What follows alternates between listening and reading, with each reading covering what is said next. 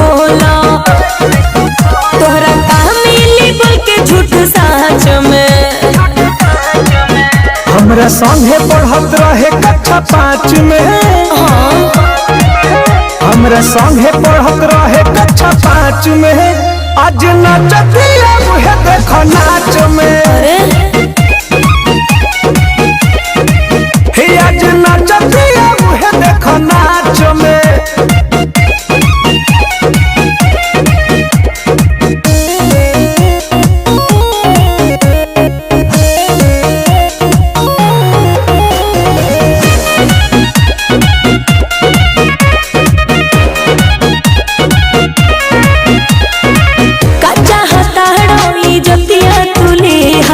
बचपन के साजा जवानी में दीहल 5 जनवरी हमरा बर्थडे में आई है। भारी प्रोग्राम होई नाच के ते जई है। जवन भइल भूला जा उमर काच में। हमरा संगे पढ़त रहे कक्षा 5 में। हमरा संगे पढ़त रहे कक्षा 5 में। आज नचतिया देखया के नाच में। आज नचतिया देखया के नाच में।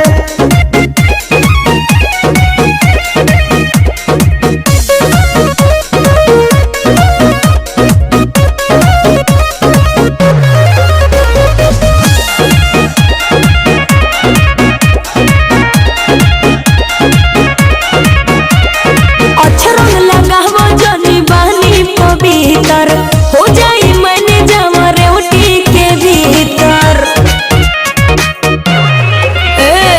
अरुण बिहारी कहे परमोध हो। तोरे चक्कर में सबसे कईनी विरोध हो।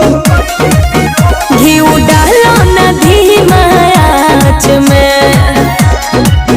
हमरा संगे पढ़त रहे कक्षा 5 में। हमरा संगे पढ़त रहे कक्षा 5 में।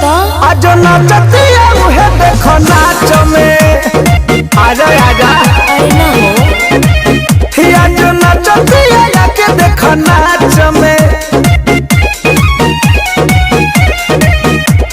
ना रह देबे राखते त बानी।